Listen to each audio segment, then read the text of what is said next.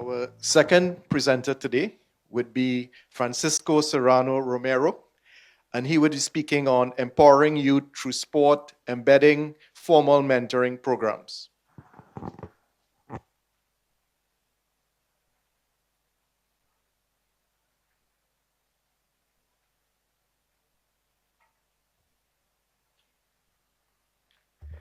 Good morning. How are you all? Good. Good to see you back for day 3. All right.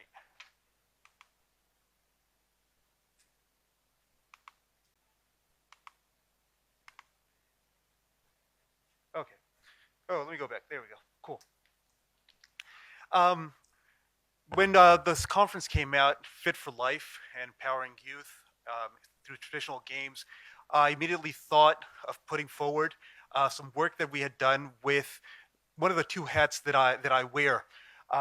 So I put forward this research review presentation that we had done for the Ministry of Education, put into the format of what I could present here for you today, and explain a little bit of what we do in New Zealand with our Pasifika communities. So I'm going to be talking to you today about empowering youth through sport, embedding formal mentoring programs through their sporting endeavors. Now, I start with this all the time because I confuse the heck out of people with my accent, with my look, with my family. So very quickly, there you go. I was born in Chile, grew up in California, going to primary there. Oops, went back. Let's go. Up. Let's go. Yeah, it disappeared. Yeah, there we go. Went to high school and law school in Chile. That's where I met my beautiful wife. But I was living in New York, going back and forth for quite a while. Then decided that we were living in Chile, had the 3 kids, and then we thought nothing better than to move to New Zealand, where I've spent the last 18 years of my life, and where actually I've lived in that actual home the longest I've ever lived in any other home. So New Zealand is our home, but I come with a lot of traveling baggage and a weird accent. So that's just so you know, and that's how I got to Goa this past week on Monday. Like I was saying, I wear 2 hats. I'm the director of Thomas Education, where we deliver program design. We do education delivery of sports program and business programs all around that sports context. Because sports gets the best out of people, that's driven a line of leadership programs and educational sports camps in New Zealand, because we have a sport that everybody wants to play and know how we play it, which is rugby. So that's delivered a very key area in Thomas Education. But my other hat, and that's where this presentation is embedded in, is I'm the managing trustee of the Malakai Alatini Trust, which is a Pasifika trust. Pasifika means a trust that's focused on people from the Pacific. And with Malakai Alatini Trust, this trust starts with sport. It starts with rugby, and I'll explain that very briefly in the coming slide. But we deliver these 4 areas: coach development programs for Pasifika coaches, Pasifika support for youth and their families, as well as mentoring programs specifically for youth. The trust, and this is the background that I want to give you. The trust, we've been privileged this week to have distinguished Indian athletes here. On this page, you have 3 very distinguished athletes, and they are the basis of our trust. Malakai Alatini, the man in the middle, is the father of these 2 gentlemen. The one on the right of him is Pete Alatini, former All Black. And on the left is his brother, Tony Alatini. Now, the story today is that Tony was much better at rugby than his brother that was an All Black. But the one that had the most success in sport was the one that had a scholarship to a top-tier high school that opened up all the opportunities for him. Tony, after his playing career internationally, he went and studied a degree in sport, but he studied it when he was 40-something years old. He was so old that I was actually his lecturer. And that's how we met. That's how we crossed paths. The story is important for you to understand, because that's where their life experiences comes from, to actually put together a trust that's embedded in rugby, because that's where they started, and that's where their whole belief is in. But it's also to acknowledge the strength and the value of immigrant communities, in this case, Pasifika.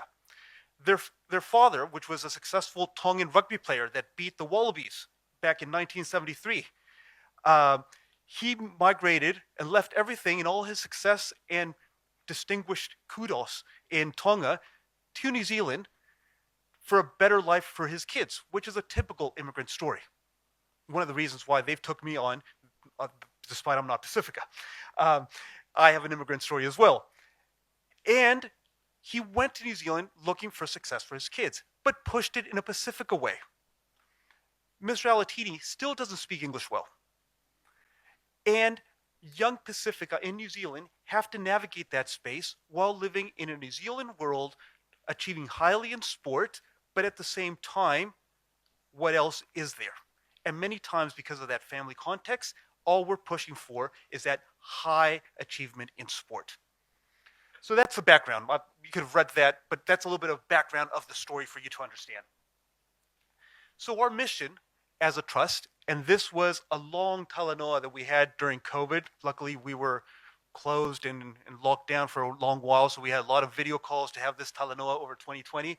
It was to empower Tongans and Pacific Islanders in New Zealand to achieve at higher potential in sport, because that's the happy place, but also in other vocational fields or educational fields, which is what we're lacking in that community.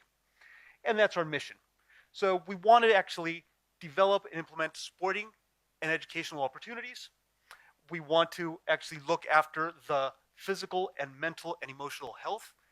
Some of our Pacifica students and athletes in high school go through tremendous pressure, both physical and mentally, and that's a huge area of our concern that we need to promote, not for it to happen more, but actually how do we safeguard that space, provide mentorships, how we can actually penetrate that space and actually help out, continue to find enjoyment in sport for our Pacific communities, because when it becomes a search for that professional contract, it stops being fun. And many times you get comments like from a French rugby team where one of our Pacifica talents and All Blacks went over, that the owner of the team said they changed them on the plane. And that's because the enjoyment had left. And finally, want to empower and support our youth to continue to participate in different areas of sport, education, live their culture like we saw last night. And that's one of the reasons why I was so excited to see the students really enjoying your culture and presenting it. That is a battle when you live in a cross-cultural society. How do you keep to your culture? So it's a way of incentivizing it as well. So back in 2020, we sat down and we started our conversations with the Ministry of Education, and we came together and we made the mentoring program that we called the Whakataukai mentoring program. Basically, it means I'm a brother next to you. That's what Whakataukai in a very broken translation means. This is the mentoring program that we put together, which was a very natural approach. It's something that PETA and Tony and the team of coaches that has the Tongan Barbarian rugby team, which is one of the teams that the trust had been doing for a few years, but now putting it into a structured system of how do we support young Pacifica players. So what I'm presenting to you now and are basically the findings and conclusions that I'll get at the end are out of our review and reflections, and mostly our reviews and reports to the ministry that we've done in the last 3 years. So it all started from, like I was saying, our experience. What do we understand from our experience? Tony was a player. He was also a coach and a manager for the Tongan rugby team in the past 2 World Cups. PETA was an All Black, and at the prime of his career, he was change of coach and he was cut, and he was no longer an All Black. We have our experience working together. We have the experience of young Frank, which is one of the young men that we've mentored, and he debuted for New Zealand Sevens in Perth this summer. And we have other young talents that we're very excited about because they've been athletic talents, but they've progressed to actually academic careers, which is what we're trying to pursue as a trust. So things that we are trying to approach are, if it would have been good if I would have been shown or told experiences that Tony and Peter had as they were going through their sporting career. If I would have known when I was 20 years old that I could actually study at the same time of playing. Us being involved with coaches, we've also seen the low achievement of students, athletes, outside of sport. They're hugely successful, young Frank, but struggling to get through their papers at school. So why can an athlete not also be a success in another field? They know how to perform, but who has actually showed them how to perform outside of that playing field? We also know, and that's the immediate two brothers case, that not all athletes progress to the top of the pyramid and become that elite athlete with that high, heavy contract. And in some sports, that professional contract does not mean that you're going to make a sustained living for the rest of your life. So how do we support other careers? We understand that there's more opportunities outside of sport for our youth than chasing that professional contract many times because of that pyramid that we know that we face. And that there are big opportunities that come from sport, from the learnings, from the discipline, from knowing how to perform. So how can we actually take that know-how and use it with our youth in another field? So this was all the understanding that we had of the environment based out of experience.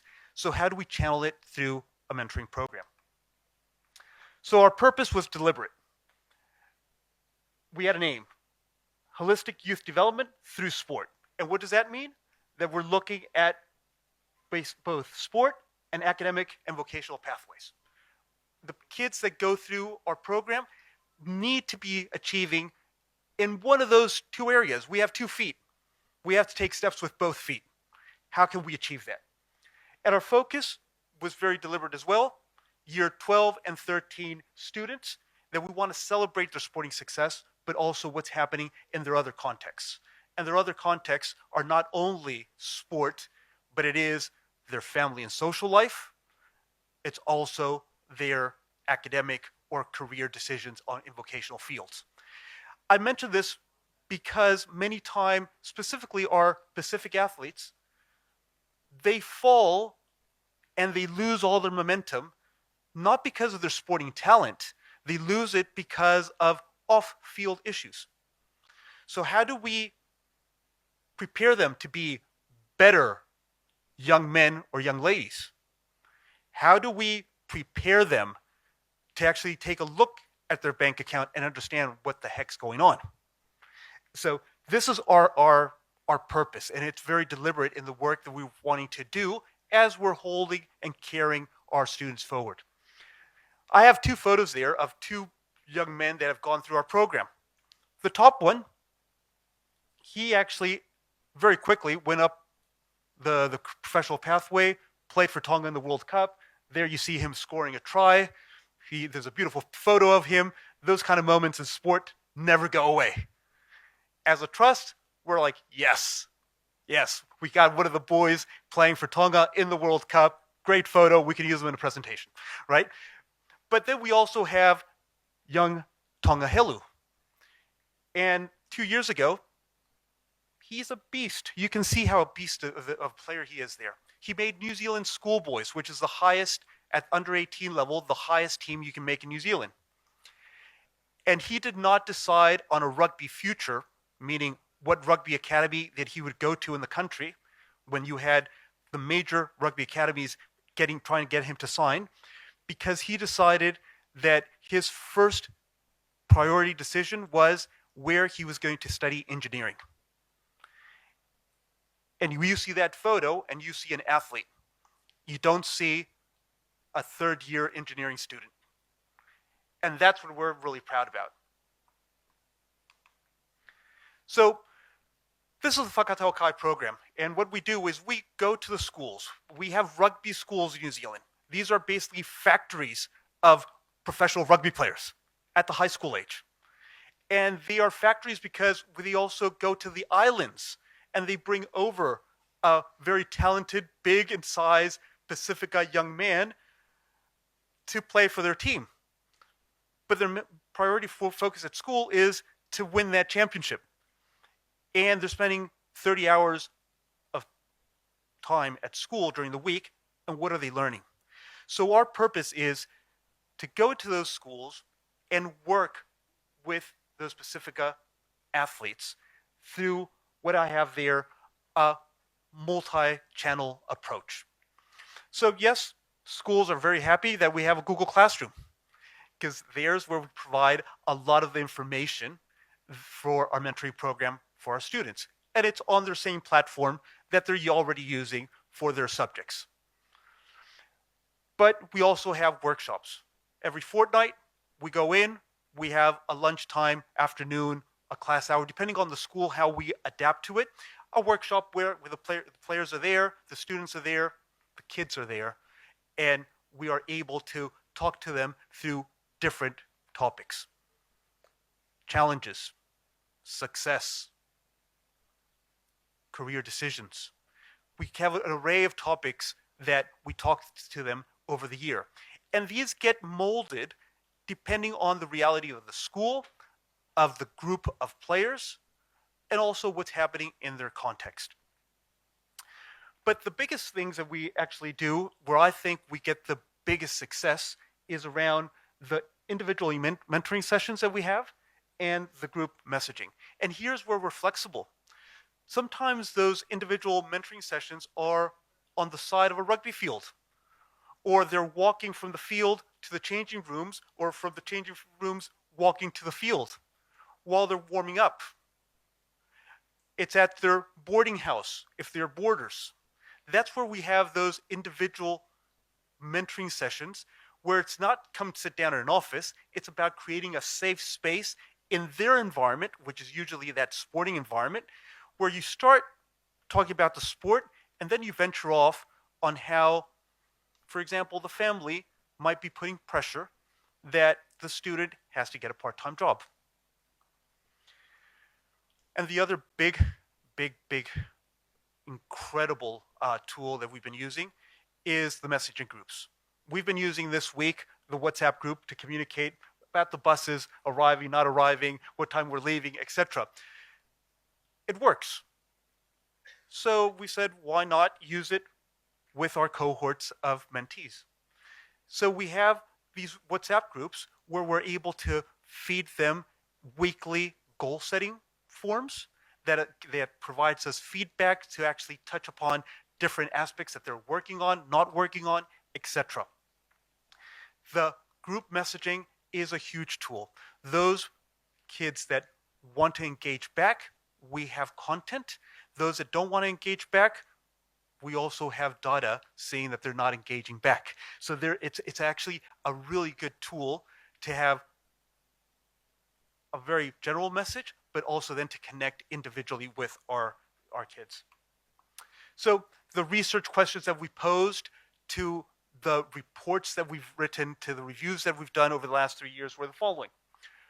What are the specific benefits of sport-based mentoring programs for youth beyond athletic improvement? Secondly, how do these programs contribute to the holistic development of participating youth? And finally, what are the key elements of effective and impactful sport-based mentoring programs? So that's what we questioned ourselves, because we were delivering, we were reviewing, we were reporting, and it gave us a chance, because of these 2 feet that we have on the academic side, both on the field-based work. Okay, if we provide a bit of evidence here, we might have a little bit more strength to move forward as the years come. And our approach was the following. Let's go here.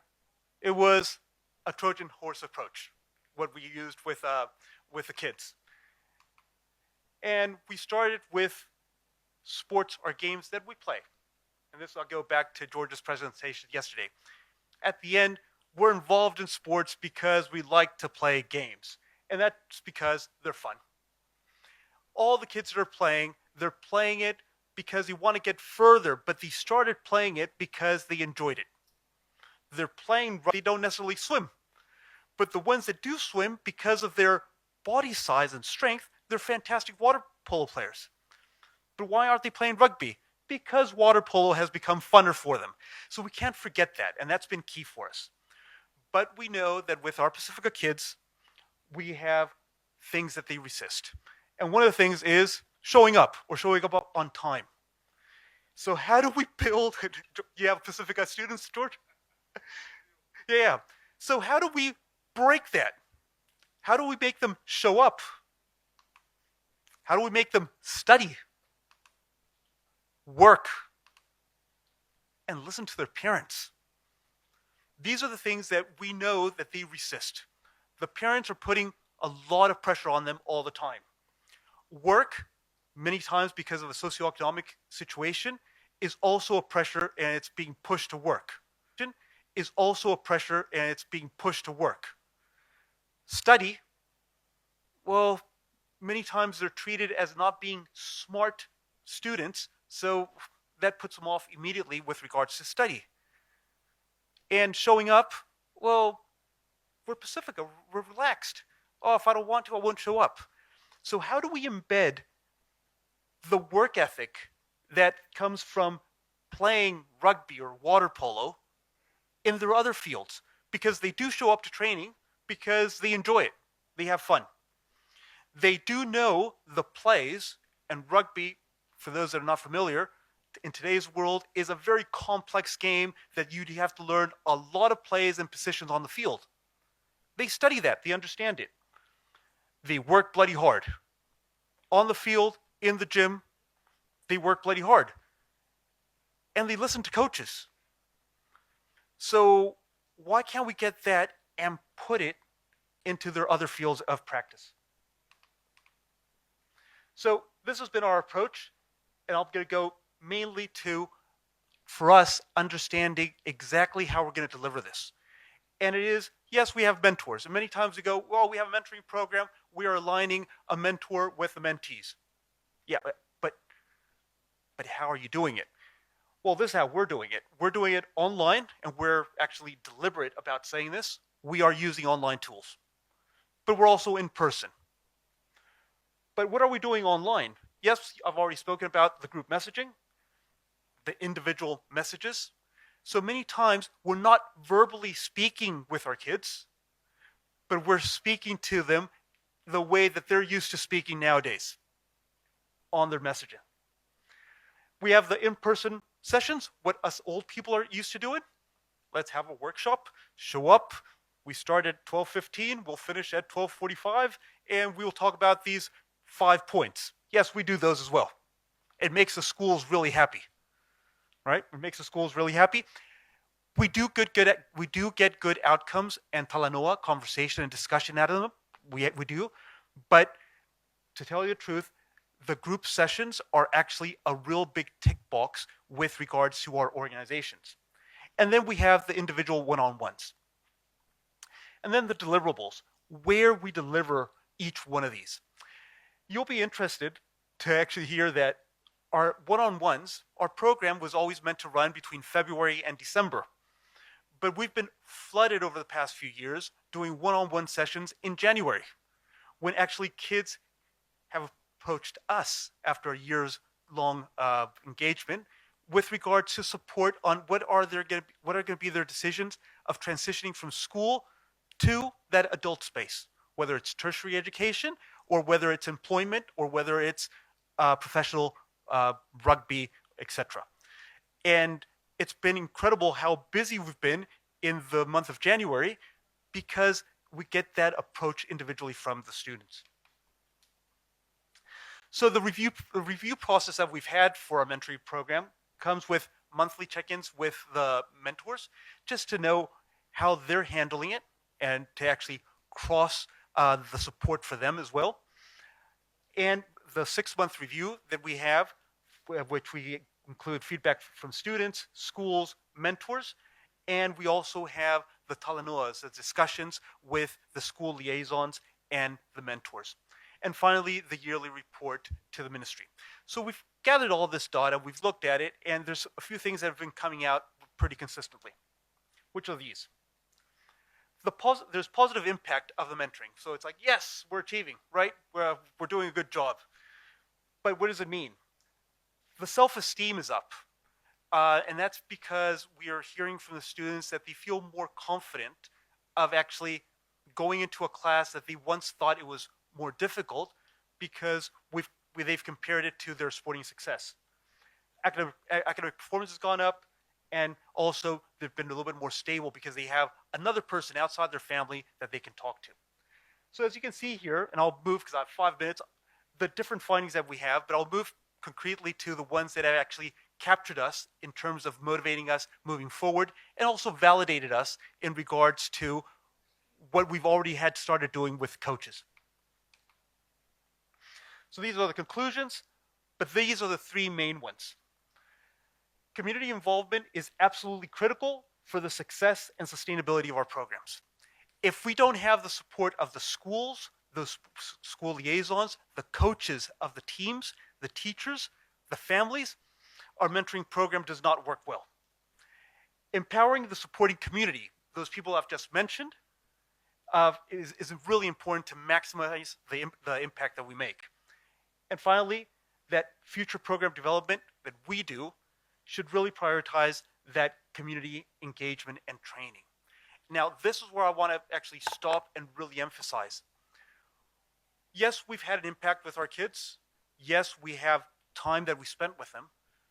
But our time compared to the time that teachers and coaches, managers of teams spend with them is actually an eighth or a sixth of the time that they spend with them.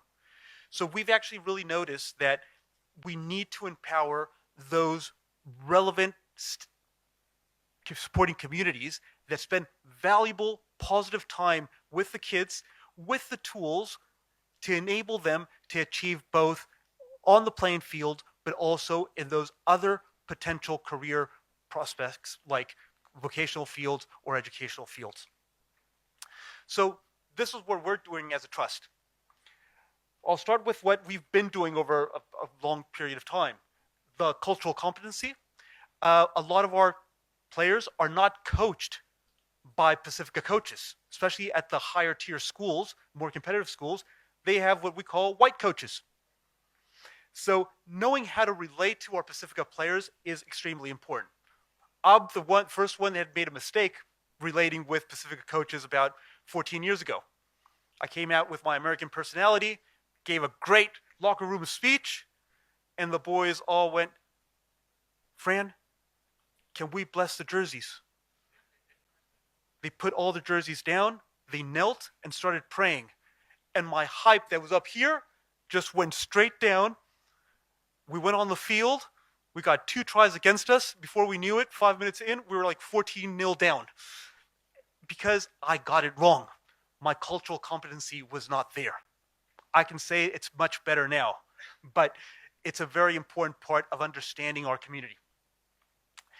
We have a coaching environments workshop, which is where it's a very practical workshop where we work with coaches on how to create a coaching environment.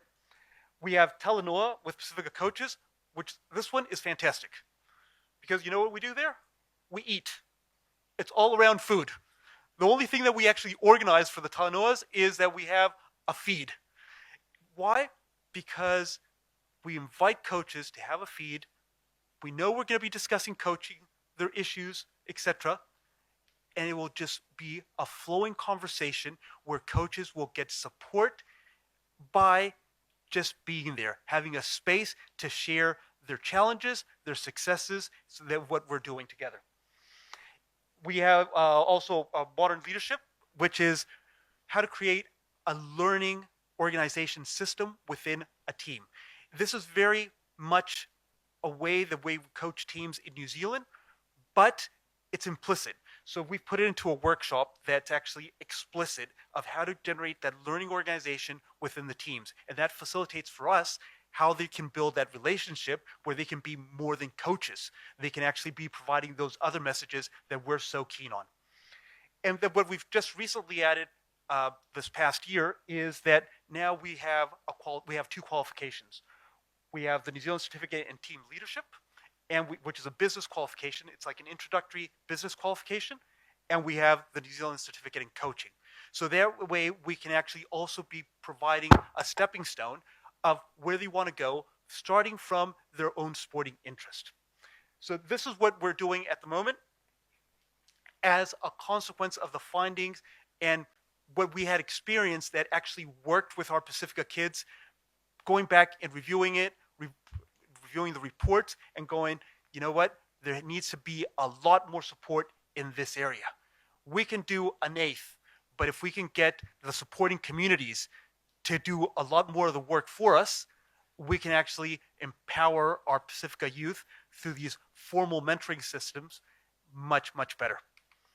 So as a summary, what we need to do for our mentoring programs is have a clear purpose. For us is we want them to be successful in sport, but find some kind of career. Approach through sport in multiple channels. I showed you the different multiple channels that we use. And we need to build robust support for our supporting communities. So that's our way of empowering our youth through mentoring systems. So now let's just cross our fingers that the Ministry of Health buys into our project the same way the Ministry of Education has in the past 4 years. Thank you very much. Oh, just before I forget, my contact details and the publicity stunt. And at the end of the year, the Society is actually hosting the international conference in Auckland. So you have this QR code there that you can scan. Quite a bit of information is already on the webpage. So please feel excited to go see a little bit what we're about in New Zealand. You're sure going to have a really good time. We have good weather in December. So about 22 to 24 degrees maximum during the day. So you'll really enjoy it when you're out there. Thank you, guys.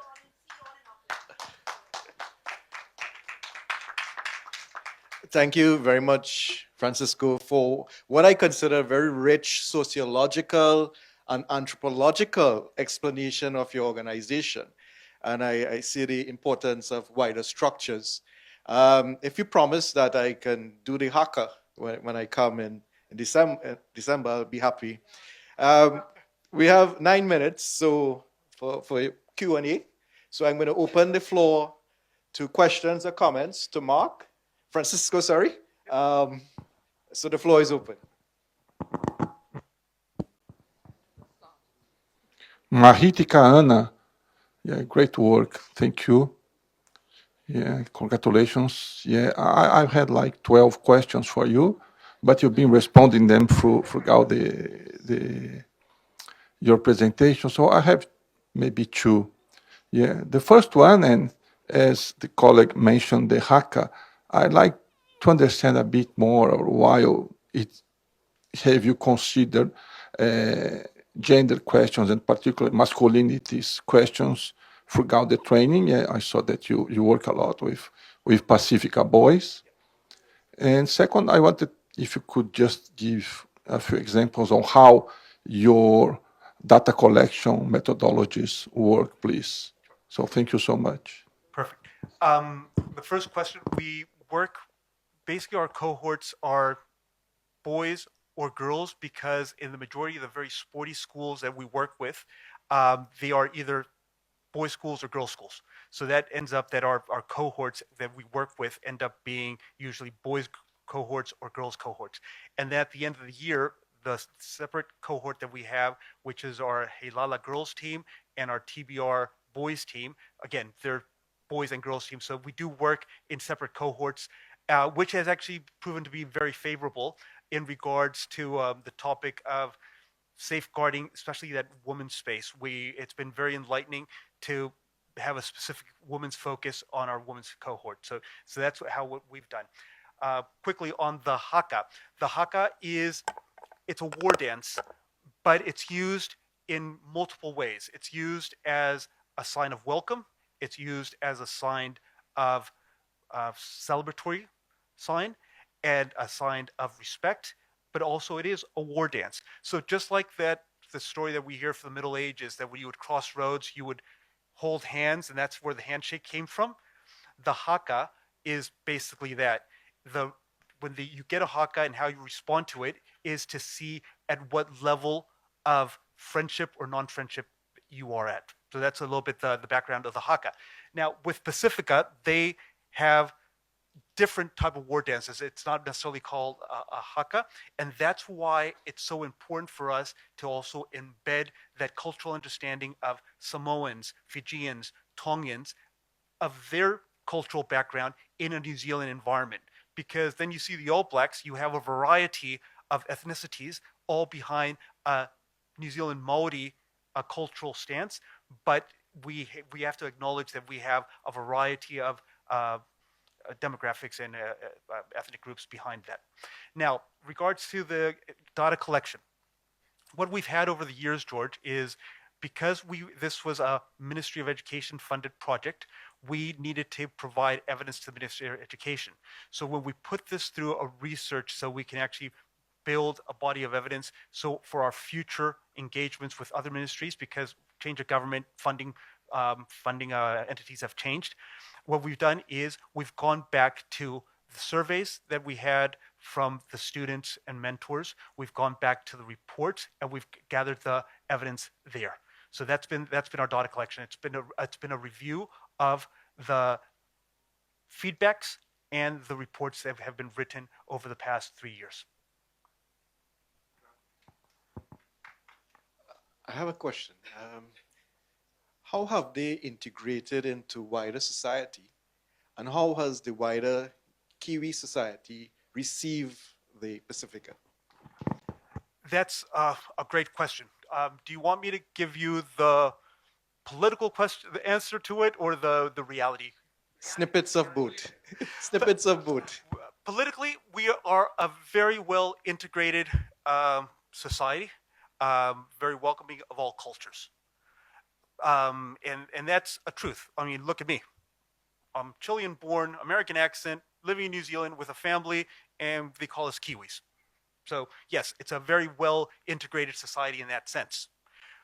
But like in all parts of the world, many times it's not necessarily a cultural segregation or difference, it's also a socioeconomic segregation. And in the case of Pasifika, primarily, Pasifika have been the factory workers in New Zealand. And they are at the lower end of the socioeconomic tail. And many times that's the reason why there's a segregation. It's not because, well, you go, oh, they're Pasifika. But is it because they're Pasifika, or is it because they're on the lower end of the socioeconomic tail? So that's a challenge in terms of the understanding. I can say I've been very fortunate to have worked for the past 15 years in South Auckland. Very rich Pasifika Maori community where they've taken me as one of their own. So I'm very fortunate to have that cross-cultural understanding and relationship, which I think is the most important thing. But there is a bit of a, and that's why it's so important for us, like that young man Tonga that is going to engineering school. He's breaking that barrier, and there's that possibility. PETA has broken that barrier. So we know that there's a possibility, and then the community is very accepting. So we need to push the kids to actually break that barrier so they don't fall back into that minimum wage job that their parents have been doing for the last 25 years. Thank you. I suppose it's a work in progress. All right. So thank you very much, Francisco. Oh, sorry. There's a question. My apologies. Thank you so much, and congratulations to this great program. I have only a short question because I didn't understand who are the mentors. Do they come from the sports side or from the school side, or are they independent persons between? And when they are independent, how you find them? Okay. I'll start. This might sound very strange, but our mentors are good people. That's the first priority. They have to be good people. They need to align with what we call our kaupapa. Our kaupapa is like our philosophy. Some are actually just community coaches. But again, you might have a 45-year-old community coach, which is a good man with a life's worth of experience, but absolutely no qualification. Does that not make him a qualified man to actually push the right message? It does make him, if he understands the kapapa and he understands where he might have missed out, he's the right person. So it's our choice is good people, and we don't have that many. We reach over 180 kids a year. But the way that we reach it, we've actually structured the program. We work with a total, if I'm not mistaken, 6 to 7 mentors to branch out to the total group. So we've been very fortunate that we've worked with good people. Where there's a lovely young lady. She is Arab of a background. She's a lawyer, not sporty, and she's been ideal for us to actually identify best how to approach our work with young ladies. So again, it's finding those ideal people that understand the kaupapa, they understand that what we're trying to achieve, but to not displace the value that sport has for our group, because that's where they have success. Or like Tony says, you're used to getting a clap, a pat on the back every week for how well you did on the field. But once you're not playing anymore, it doesn't matter how much you earn. Nobody's giving you a clap or a pat on the back for how well you played. All you get is a paycheck, and it doesn't feel the same. So we need people to understand that, because that's what the kids are thriving on. They're thriving on that they're awesome, that they're strong, that they carry the ball well. But how do we support them in those other things? All right. Thank you very much, Francisco, for your presentation. Thank you.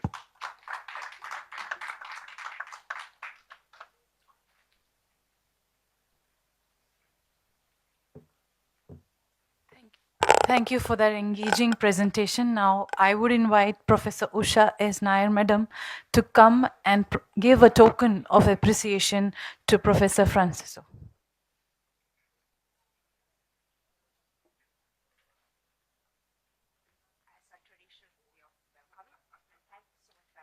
Yeah, that's a traditional Lengyan and a Sangai as a memento.